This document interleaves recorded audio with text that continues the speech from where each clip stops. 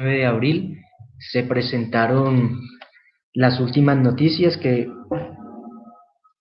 se dieron en Colombia. Las más importantes a nivel político fue la captura de Jesús Santrich, Seuxis Santrich, comandante desmovilizado de las FARC, firmante del Tratado de Paz de las FARC con Colombia. Una noticia realmente preocupante, más no sorprendente. No es de sorprender que esto fuera a pasar. Estaba dentro de las posibilidades. Simón Trinidad está prisionero en las cárceles de Estados Unidos y no ha sido liberado. Supuestamente dentro del Tratado de Paz tendría que haber quedado en libertad, amnistiado, indultado. La extradición de Simón Trinidad fue una extradición nula, corrupta, fue una extradición con vicios.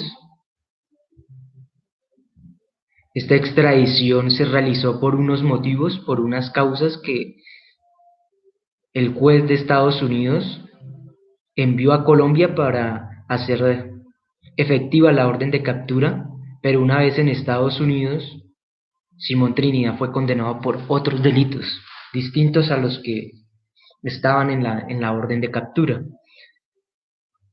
Sin embargo, eso no ha sido suficiente para que este proceso se declare nulo o para que Simón Trinidad fuera devuelto a Colombia. El tratado de extradición con Estados Unidos sigue vigente a pesar de las irregularidades, de lo desigual de este tratado, porque nosotros enviamos el tratado de extradición, parece únicamente en un sentido. Vienen y capturan aquí a las personas que quieren, las piden con la anuencia de las autoridades colombianas, del gobierno, de las élites colombianas, que ven la extradición como una forma de presión, de control social, como lo hizo el narcoparamilitar capo Álvaro Uribe, que utilizó la extradición para llevar a Estados Unidos a sus cómplices o ex cómplices, porque se convirtieron en contradictores y en piezas claves dentro de investigaciones que apuntaban directamente a Álvaro Uribe. Y la extradición se utilizó como un mecanismo de presión, de censura, una forma de terrorismo de Estado, un terrorismo judicial de Estado, para censurarlos, para callar los testimonios de los paramilitares que habían sido capturados. Fue una forma de castigo y de venganza, de retaliación del gobierno de Estados Unidos para acabar con los comandantes que ya no lo estaban apoyando, porque se sabe que Álvaro Uribe Vélez era el líder del paramilitarismo en Colombia, era el líder indiscutible. Primero mano derecha de Pablo Escobar, considerado por el mismo Estados Unidos como el narcotraficante número 82, y después de eso traicionó a Pablo Escobar, colaboró con los Pepes para dar la captura y muerte de Pablo Escobar, y así se convirtió en el único comandante paramilitar de Colombia, comandante en Antioquia, donde llegó a ser en los años 90, 96, gobernador de Antioquia, desde donde dirigió y ordenó masacres contra la población civil. Los paramilitares que él creó, que ayudó a crear, que ayudó a desarrollar y crecer, porque igual el paramilitarismo no es creación original de Álvaro Uribe Vélez, es una creación de Estados Unidos y fue una aceptación de los presidentes colombianos. El paramilitarismo como una táctica militar autorizada de guerra, una táctica de guerra. Dentro de los manuales militares aparecía la creación de las juntas cívico-militares, en la cual se le entregaban armas a los civiles y se les ponía a patrullar y se les daba instrucción en los batallones. Era algo legal, entre paréntesis legal. y autorizado, aceptado por todos los presidentes, haciéndose todos los presidentes de Colombia responsables por el paramilitarismo porque era parte de nuestra normativa, dentro de nuestra reglamentación militar era permitido. Ninguno prohibió el paramilitarismo, ninguno derogó ninguno de estos manuales, ninguno creó nuevos manuales donde el paramilitarismo fuera prohibido. Todos aceptaron los manuales contra insurgentes, los manuales de paramilitarismo, de Unión Cívico-Militar Armada, y a partir de allí fue que Álvaro Uribe Vélez, dentro de estas estrategias, dentro de estas tácticas militares aceptadas por el gobierno colombiano, se convirtió en un comandante paramilitar, usando su finca como centro de operaciones en Antioquia, en Yarumal, donde hay fosas comunes, donde se torturó, donde se mató. Se utilizó la extradición para silenciar a los testigos, y los que no fueron extraditados fueron asesinados. La última orden de la Corte Constitucional, de la Corte Suprema de Justicia, fue aumentar las medidas de protección contra uno de los testigos que quedan vivos, aumentarlas porque hay posibilidad que atenten contra él en este momento, para silenciarlo, para seguir acabando con las pruebas, seguir acabando con las personas que tienen testimonios, que tienen evidencias contra Álvaro Uribe Vélez. En este momento, Estados Unidos solicita la extradición, un juez de Estados Unidos solicita la extradición de Jesús Santrich, comandante de las FARC, desmovilizado durante el Tratado de Paz, firmante del Tratado de Paz. Incluso uno de los comandantes más críticos con el mismo Tratado de Paz, con el mismo proceso. Sin embargo, dentro de la FARC es normal que se realicen esas posiciones y esos debates siempre que se mantengan dentro de esa institucionalidad, dentro de esa unidad orgánica que es propia de los partidos. Y Jesús Santrich en este momento está con una orden de extradición, con una solicitud de extradición de un juez de Estados Unidos emitida el 4 de abril, la semana pasada, el jueves 4 de abril. El miércoles 4 de abril, un juez de Estados Unidos solicitó la captura de Jesús Santrich, de Seuxis Santrich. Esta solicitud fue expedida el 4 de abril y enviada a la Interpol, cuya sede principal es en Francia, la Policía Internacional, y el día de ayer 9, en 5, 6, 7, 8, 4 días calendario, en solo un día hábil, en 2 días hábiles, jueves y viernes, ya Colombia había tomado la decisión de hacer efectiva esa circular roja que expidió la Interpol el fin de semana. Hacerla efectiva con pronunciamiento del fiscal general, en el cual dice que fue una orden expedida por un juez de Estados Unidos, como ya lo he comentado, y con pruebas suficientes, fehacientes, contundentes, que permiten indiciar a Seuxis como partícipe de un crimen, de una conducta criminal, de una conducta punible. Sin embargo, lo que se ha visto en los medios y la orden de captura dice que es una presunta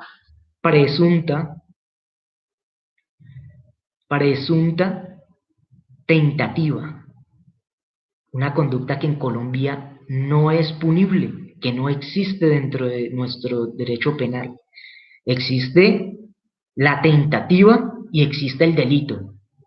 Y primero existe el delito, y en caso que no exista se estudia si existe una tentativa. Para que exista tentativa tienen que haberse dado todo el iter criminis, es decir, todas las condiciones necesarias para cometer el delito y que no se haya cometido por una situación ajena a la persona que lo pretendía cometer. Eso es una tentativa. En ese caso, el delito no se configura, pero se configura la tentativa. Pero presunción de tentativa, la presunción de tentativa ni la presunción de criminalidad existe en Colombia. En Colombia existe la presunción de inocencia. Y no solo en Colombia, es una presunción de carácter universal, es un principio universal dentro del derecho, la presunción de inocencia. No existe la presunción de culpabilidad, menos la presunción de tentativa. Presumir que alguien va a cometer un delito. Eso es una forma de decir un delito de sospecha, lo cual no existe en Colombia. Y no existe dentro de los regímenes democráticos, dentro de los estados modernos no existe. En Estados Unidos, porque no existe la democracia, porque es un estado dictatorial, se dan esos casos, como los casos de Guantánamo, con personas detenidas sin haber visto siquiera un juez, sin orden de captura, secuestrados de países, secuestrados en cualquier parte del mundo por la CIA, por contratistas de la CIA, y llevados a estas cárceles secuestrados, desaparecidos, bajo la comisión de delitos de lesa humanidad, imprescriptibles contra Estados Unidos, pero como Estados Unidos es una potencia militar todavía, a pesar de las deudas que tiene con China, que está endeudado enormemente, y su industria militar no se le sanciona y se le permite que cometa todos estos delitos y estas atrocidades contra la humanidad. La cárcel de Guantánamo es una barbarie, es algo que no debe existir, que está prohibido que exista, pero existe. Estados Unidos lo hace cuando autorizó el uso de la tortura para el interrogatorio. Lo hizo como una orden presidencial, siendo ilegal, tendría que estar detenido inmediatamente el presidente y ser juzgado por delitos de lesa humanidad. En Colombia existía el estado de sitio, donde sucedía eso, donde el presidente simplemente daba la orden de no tener en cuenta las garantías constitucionales, de no tener en cuenta los derechos fundamentales para que detuvieran a cualquier persona sin orden, para que la torturaran, para que la desaparecieran. Y eso era legal, más no legítimo. Ilegal internamente, más no legal internacionalmente. Eso se acabó con la Constitución del 91 cuando nos pusimos a tono con una anulación de las libertades fundamentales, de las garantías fundamentales.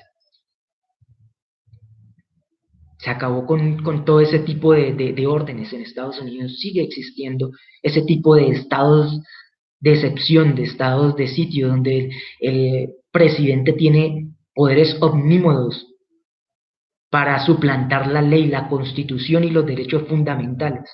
Fue cuando autorizaron la tortura, el submarino y nuevamente revivieron viejas prácticas criminales. Ese es el Estado que quiere enseñarnos a nosotros cómo hacer la ley, cómo hacer justicia. Un Estado criminal y terrorista como Estados Unidos. Estados Unidos en ese momento, a través de un juez, se supone que el juez es autónomo, puede ser cualquiera.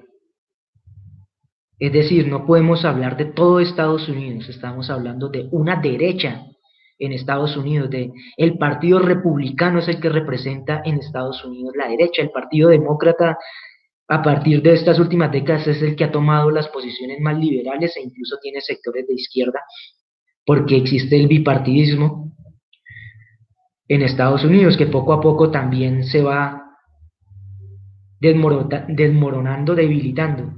Sin embargo, es todavía hegemónico el bipartidismo en Estados Unidos. Solo dos partidos son los que tradicionalmente gobiernan, como aquí en Colombia, que era el liberal y el conservador. En Estados Unidos era lo mismo, era un frente nacional. Partido Republicano y Partido Demócrata, se repartían el poder y los cargos. Nadie más podía entrar dentro de esa dinámica de juego político. Era una dictadura de esos dos partidos. Y lo sigue siendo. Pero ahora es una dictadura de los empresarios que financian las campañas en Estados Unidos sin ningún límite. Financian las campañas de manera exorbitante que no permite que ningún ciudadano del común, ningún ciudadano normal pueda acceder, ni siquiera participar en unas elecciones, porque las elecciones se convierten en actividades de las personas que más tienen, que más pueden pagar por una campaña. No tienen ni siquiera las regulaciones que existen en Colombia, donde hay límites a los montos de las campañas. Es una dictadura de los empresarios, del empresariado que paga, de los multimillonarios que financian las campañas. Dentro de esos ricos, dentro de esos poderosos que financian las campañas, es donde está la derecha y la ultraderecha estadounidense, los contratistas militares, la antigua Blackwater, contratistas militares que están en Colombia y que no han salido y que no se han ido, que son los que han tomado los contratos del gobierno, estos contratos de la paz, de donde se roban la plata. ¿Quiénes creen que se roban esa plata? La CIA se está robando esa plata, la CIA colombiana. Los contratistas militares se toman esos contratos y se roban esa plata, se la han robado a través de funcionarios. La Blackwater es una agencia privada creada por Estados Unidos, por la CIA, de civiles, de espías, de asesinos, que invade como un cáncer a los países para controlarlos, y no se ha ido de Colombia. Y aquí está. De aquí se llevó a un poco de mercenarios, de soldados, de sargentos, suboficiales, oficiales, hacia Arabia Saudita, a combatir en Arabia Saudita, a servir en ejércitos privados. Aquí están, ganando dinero. Con los últimos escándalos que se evidenciaron a través de los medios de comunicación, debido a que los gobiernos que han patrocinado, que han financiado el proceso de paz, se quejaron, exigieron transparencia respecto al manejo de los dineros, de los recursos que ellos han dado, porque no aparecen. Dieron dinero para crear casas, proyectos productivos a los desmovilizados de las FARC, y no han aprobado ni el 90% de los proyectos, todos los niegan. Escasamente alguno que otro proyecto. ¿Qué hacen con esos proyectos que no aprueban? Se los roban las ideas de los proyectos y se los dan a empresarios extranjeros, a los contratistas privados, a todas estas agencias de inteligencia que llegan disfrazadas con corbata y saco y corbata como grandes empresarios de otros países, a realizar los proyectos que los desmovilizados pasan al gobierno y que el gobierno no les aprueba. Y se los entregan a los extranjeros, les roban sus ideas. Y todos esos proyectos, como fue el cultivo de la marihuana con fines medicinales, pasaron cantidad de proyectos, no los aprobaron, pero sí los aprobaron a una empresa canadiense y a otras extranjeras que ya no lo van a hacer en el sur, donde se habían solicitado los proyectos, sino lo van a hacer en el norte de Colombia y en el centro.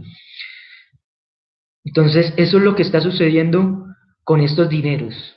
Se están desviando hacia contratistas privados que se están quedando con el dinero. Una cantidad de dinero que iba destinado a construir viviendas, a fortalecer los lugares donde estaban concentrando a los desmovilizados. Desaparecieron, simplemente se esfumaron, se los robaron. Tenían una red de corrupción, salió en revistas como Revista Semana, en El Espectador, en El Tiempo, han salido informes de cómo esta red de corrupción dentro de los dineros internacionales, de los dineros de naciones extranjeras que iban destinados a financiar el proceso de paz, terminaban en los bolsillos de los contratistas privados que a su vez financiaban, corrompían, sobornaban a funcionarios del Estado para que las auditorías estuvieran amañadas, para que los controles fiscales estuvieran amañados, para que en últimas no hubiera ningún control. Todo a través del soborno y la corrupción.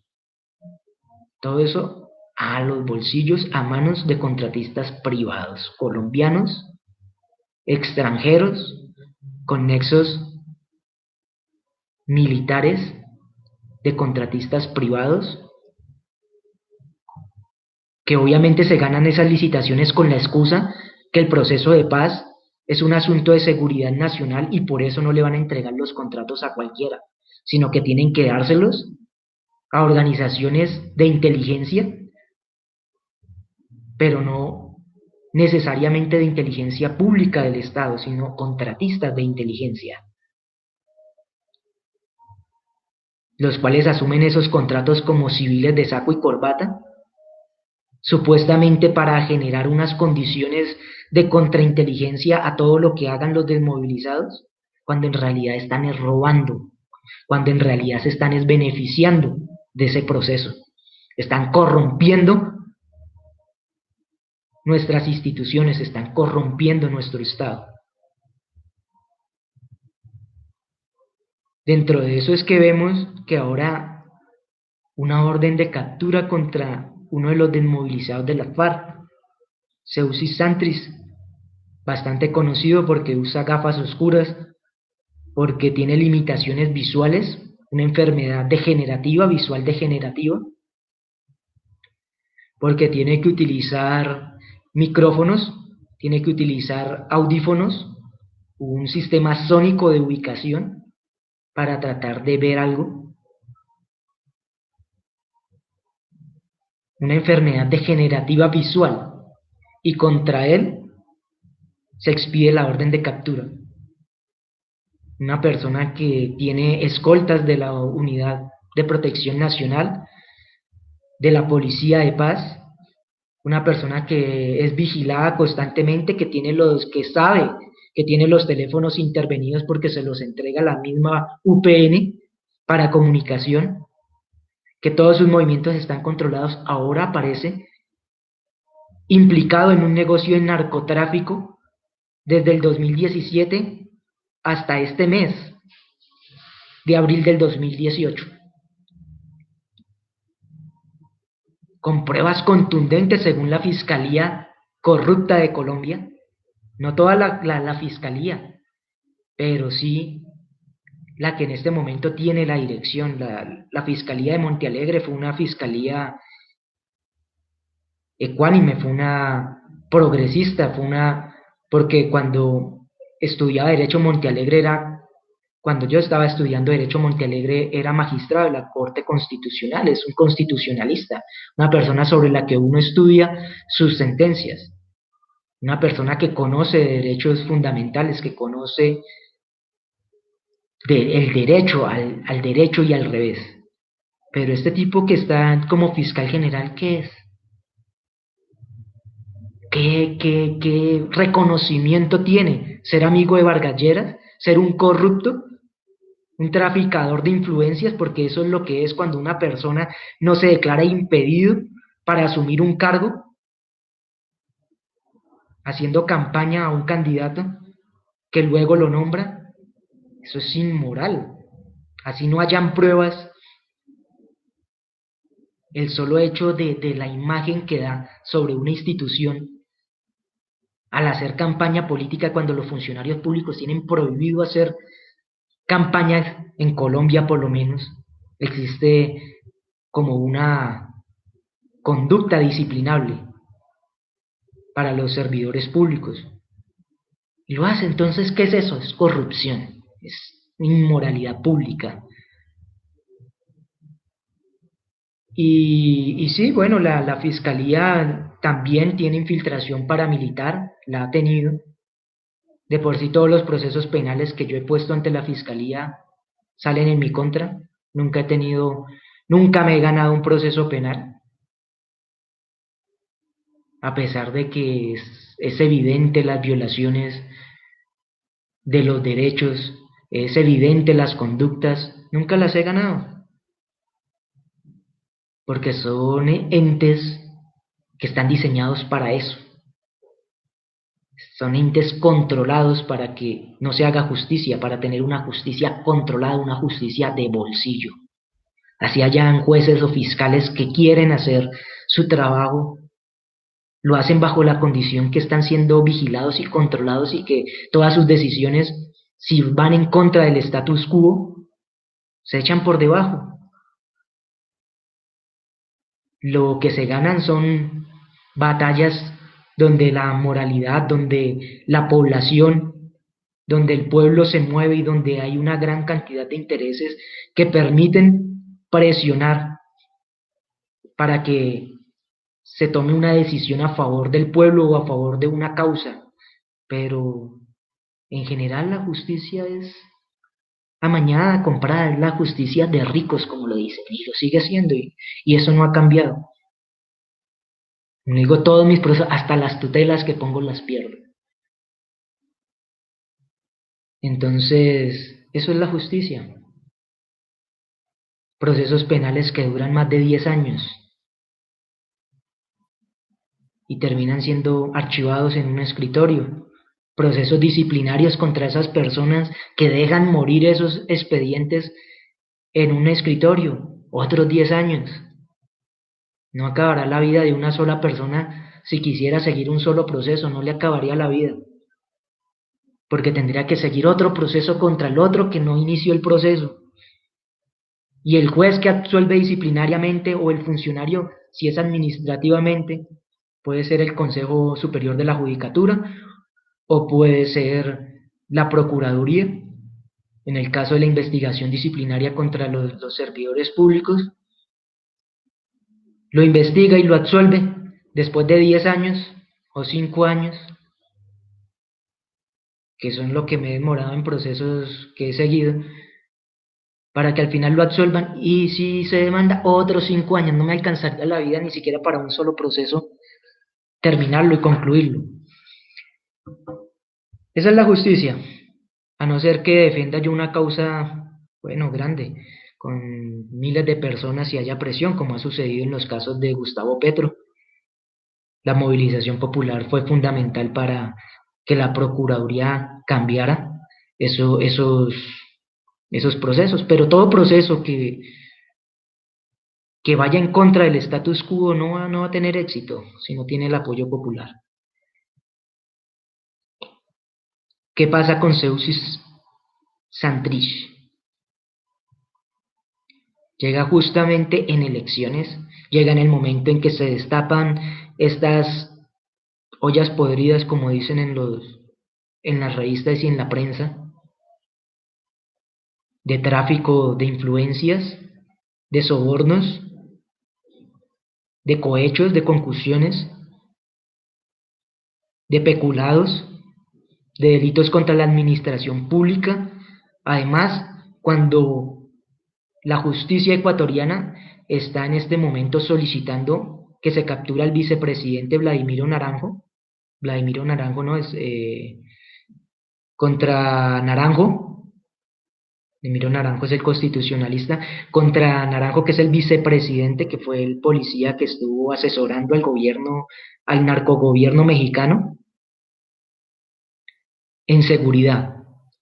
Vicepresidente que tiene también compromisos con el narcotráfico o tiene intereses encontrados respecto al narcotráfico. ¿Por qué? Porque su hermano ha sido capturado y procesado por narcotráfico en Europa. Un vicepresidente con ese pasado, pero eso es normal en Colombia, que los presidentes, que las familias presidenciales estén relacionados con el narcotráfico. En ese sentido, ni siquiera Álvaro Uribe se siente solo, porque sabe que los Barco, que los Belisario Betancourt, los Gaviria, todas las familias presidenciales, eso lo pueden ver en los jinetes de la cocaína, han tenido que ver con el negocio del narcotráfico.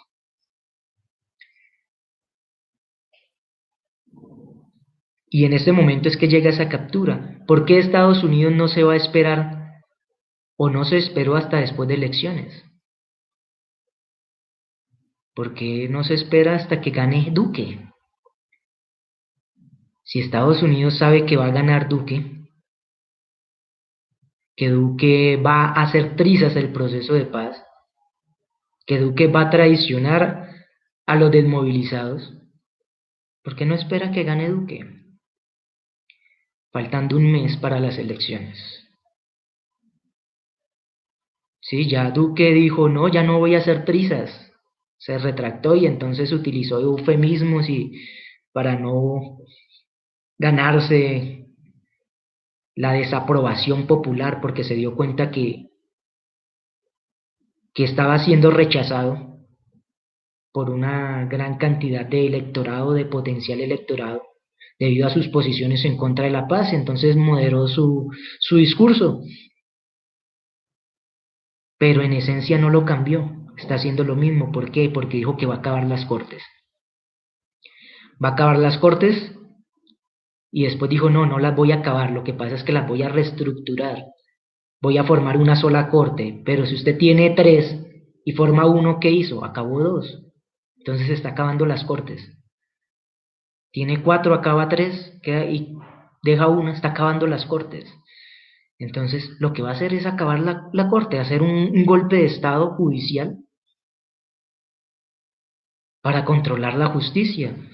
Al hacer ese golpe de estado y acabar las cortes, pues va a echar a todos los magistrados, a todos los magistrados de corte, a los magistrados de sala, y van a elegir a unos nuevos que estén sometidos, que sean afines a su movimiento, a su línea ideológica, para controlar la justicia en Colombia, para dar un golpe de estado judicial. Al controlar la justicia van a precluir las investigaciones contra Álvaro Uribe, que es el jefe de ese partido, que es el que está detrás de Duque, el que puso a Duque ahí.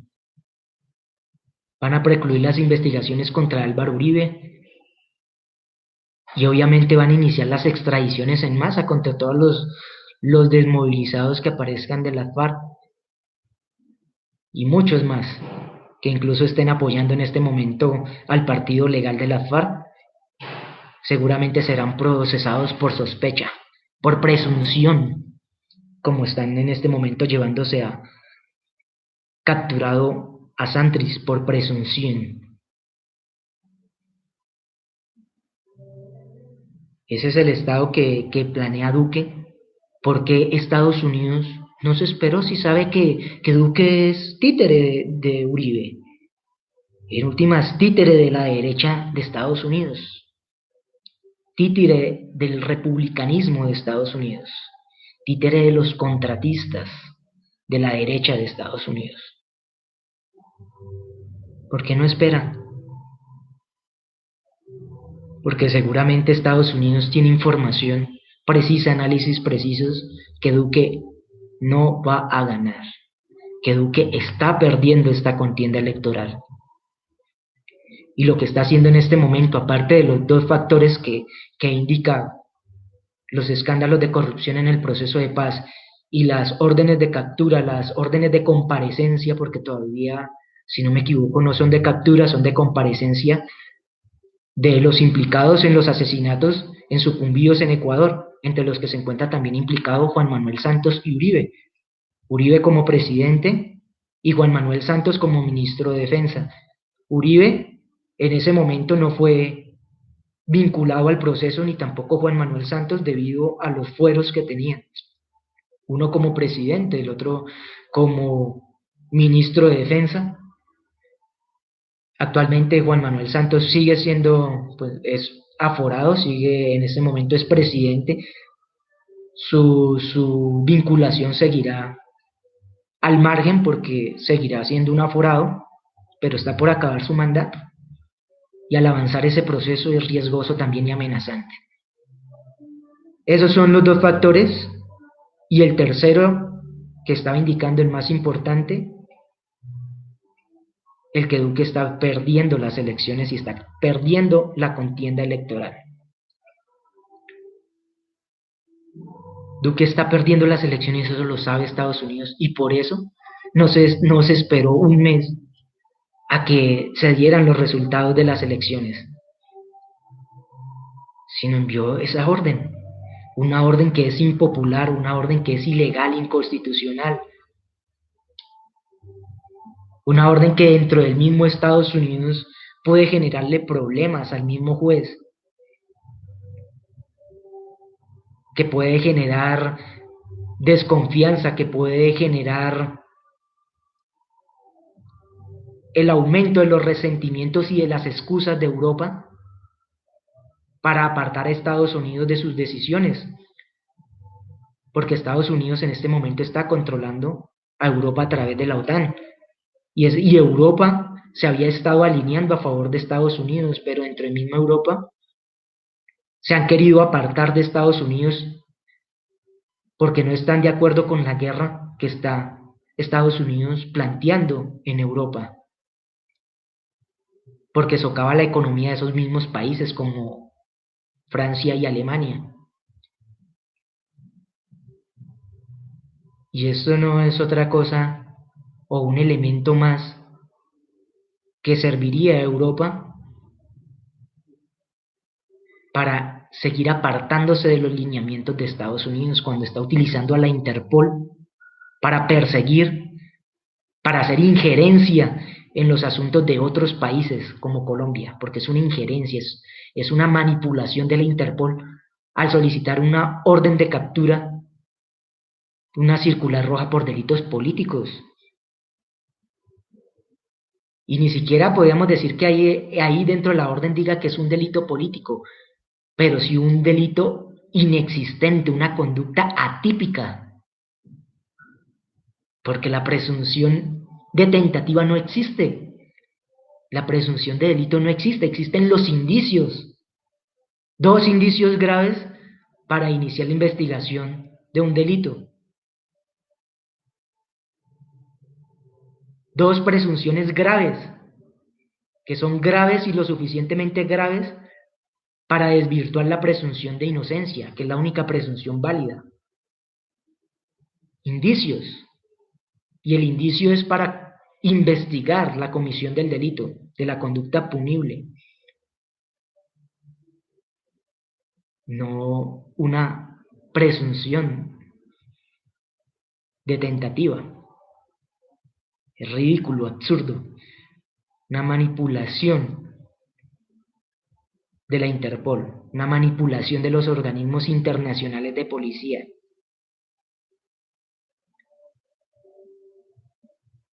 Y eso puede ser riesgoso y perjudicial y puede ponerse en contra de las mismas políticas y de los intereses de Estados Unidos en Europa. Lo que está haciendo aquí en Colombia, lo que hizo ayer, lo que la Fiscalía ayer hizo, cumpliendo una orden de Interpol, una circular roja, puede ser contraproducente para Estados Unidos, y Estados Unidos lo sabe, obviamente. Y muchos dirán, ¿y qué le importa a Estados Unidos, que es la potencia mundial? Pero tomar esos riesgos cuando podía esperarse un mes y ganar Duque, cuando lo podían hacer sin tanto escándalo, cuando dentro de un mes hubieran hecho lo mismo y estarían haciendo justicia y estarían siendo aplaudidos por el mundo.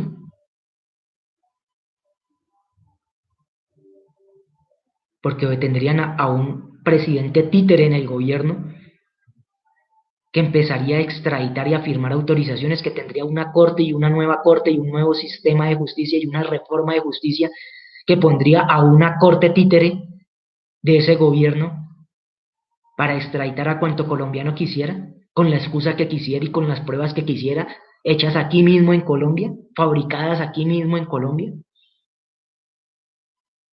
Cantidad de pruebas es lo que hay, cantidad de pruebas para realizar y para acusar a personas, más cuando se tiene a la fiscalía de su lado y cuando se tiene a las cortes de su lado. Es lo de menos.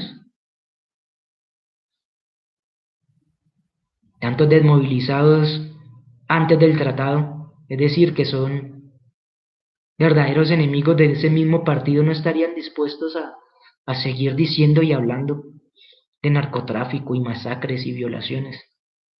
Los habría por montones. Excusas suficientes para que un gobierno títere empezara a enviar y hacer un show internacional sobre cómo las FARC violan el acuerdo y el tratado y la confianza pública, la confianza que Colombia y los colombianos depositamos en el tratado de paz, y empezar un desfile de extraditados hacia Estados Unidos. Lo podrían hacer, ¿por qué no se esperaron un mes para eso cuando lo podían hacer más fácil? ¿Y la explicación? ¿Posible? ¿Plausible? ¿Probable? Porque saben que Duque está perdiendo. Y que posiblemente esas condiciones de un gobierno títere no se vayan a dar dentro de un mes, y que dentro de un mes pueda ser demasiado tarde para ellos tratar de retomar el control sobre esta colonia, porque así nos ven como una colonia, donde pueden venir y traer a sus militares sin que los podamos procesar, que vengan a Girardot, a Melgar, a llevarse niñas de 13 años a violarlas, y no los podamos detener y se vayan para Estados Unidos tranquilos, impunes. ¿Qué somos? Una colonia. Eso es ser una colonia, sin soberanía, no poder ni siquiera condenarlos, procesarlos, detenerlos cuando cometen crímenes. Esa es la colonia que somos, y es la colonia que están perdiendo, y es la colonia que pueden perder dentro de un mes. Por eso, lo más probable es que esta orden de captura sea un reflejo, sea un síntoma, sea un indicio de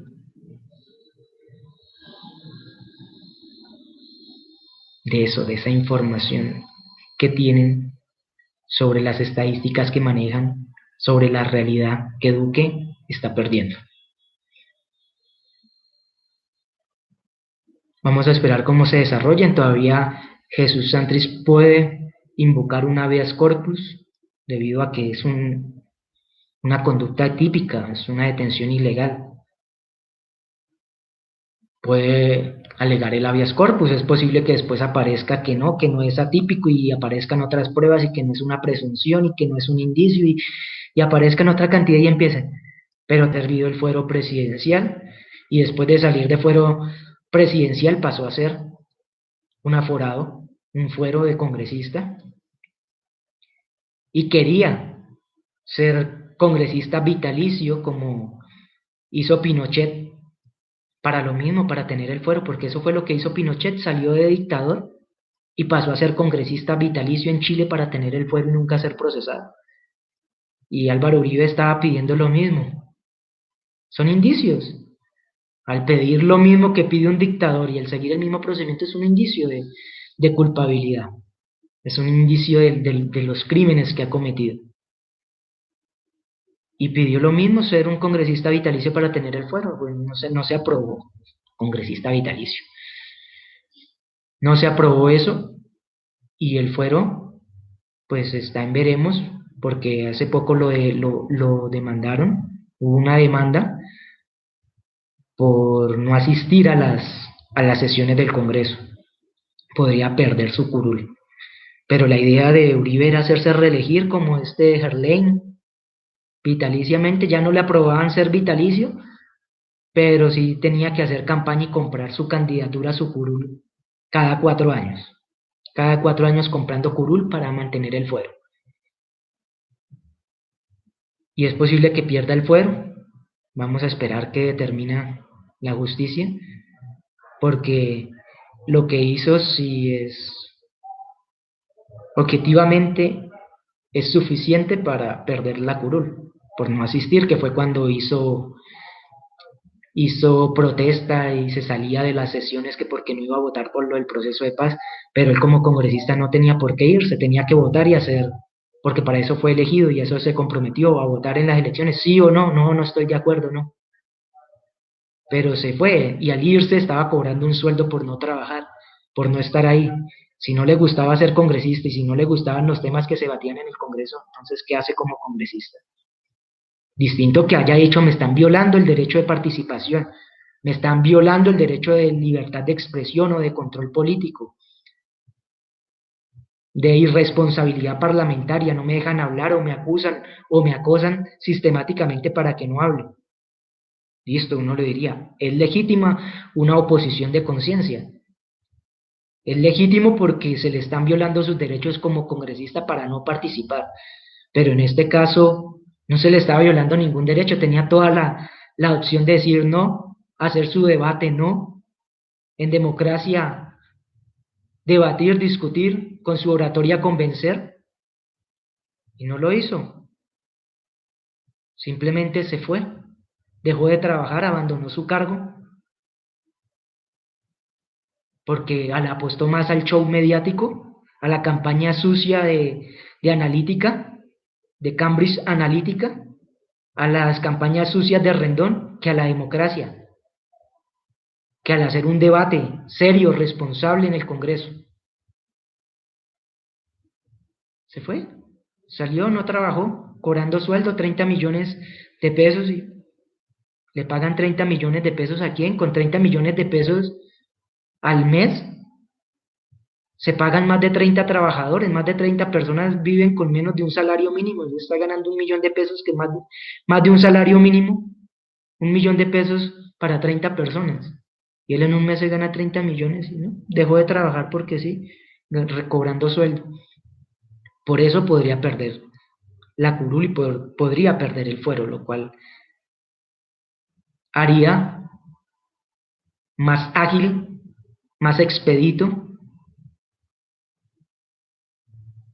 las, el proceso en su contra, que se agilizara, que avanzara más, que lo pudieran condenar. Si Álvaro Uribe lleva todo este tiempo oculto tras los fueros, pues espero que en el caso de Santris va a ser lo mismo, que si el habeas corpus, que si no funcionan las leyes, si la fiscalía está tan corrupta, si las cortes o el juzgado, los juzgados, no, aquí no diría la corte, las salas donde tengan que tomar, los magistrados que tengan que tomar la decisión, no sean los magistrados que tienen ya comprados, ya preparados, sino que se imparta justicia realmente. Y si no es así, que por lo menos el fuero lo proteja para tratar de hacer justicia en algún momento dado, de tener el tiempo para hacerlo y esperar qué va a pasar en mayo, 27 de mayo en las elecciones. Eso es una movida de Estados Unidos, obviamente, para tratar de retomar el control, porque ve que su candidato está perdiendo, que Duque, el títere de Duque, está perdiendo. Aprovecho este espacio, este momento antes de elecciones también, como lo hizo Estados Unidos, antes de que pasen las elecciones, porque si Estados Unidos actúa, ¿qué va a pasar después dentro de un mes? Posiblemente hasta sea un delito yo hacer un tipo de video de estas, como en España, que en España por hablar mal de la monarquía, 12 años de prisión y contra un juez, un corrupto, solo 10 años. Y una persona que se expresa en contra de la monarquía, 12 años. 12 años de prisión por alguien hablar mal del monarca. Y no de manera personal, decir que es feo, flaco, feo, o que tiene todas las 3 Fs, ¿no? Sino por hablar en contra de la monarquía, que es la verdad. ¿Quién puede hablar hoy en día a favor de la monarquía? Si la monarquía históricamente se sabe que es un sistema primitivo, un sistema que viola los derechos y las libertades. Por eso fue la Revolución Liberal de 1789 en Francia, en contra de la monarquía, en contra de las monarquías y a favor de las libertades. De allí nacieron las libertades y los derechos fundamentales. Entonces, ¿cómo se va a estar en contra de la monarquía hoy en día? ¿Y cómo en España va a ser ilegal, ilícito, hablar en contra de la monarquía? Estamos retrocediendo más de 200 años. Pero eso es lo que sucede en España. España que va a dar cátedra a sus gobernantes de la derecha y de la centroderecha, porque allá la izquierda no es izquierda, la izquierda del Partido Socialista Obrero Español no es izquierda, es un partido que se alió con el franquismo, con la ultraderecha española. Vienen a dar juicios de valor y juicios políticos y análisis de qué es democracia y qué no hay, y que en Venezuela y que en Colombia y que los organismos terroristas, un país que no respeta ni siquiera la libertad de expresión, que condena a 12 años a una persona por manifestarse en contra de la monarquía, y a un juez corrupto le da 10 años, con rebajas de penas y en su casa, y tranquilo.